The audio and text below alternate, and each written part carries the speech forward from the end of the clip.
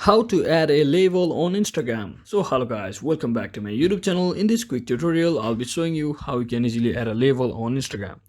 So first thing, just head over to your Instagram application and make sure you are logged into your account. And once you're inside here, just tap on this message section. So just tap on any of the chat, and from over here, what you need to do is just click on this icon right next to the video camera, and you'll be getting all of the label section.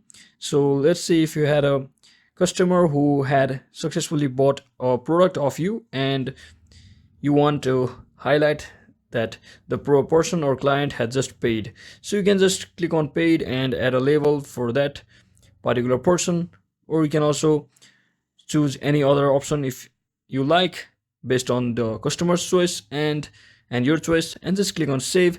And just like that, your label will be updated, and when you click on back, as you can see, your status label will be shown over here.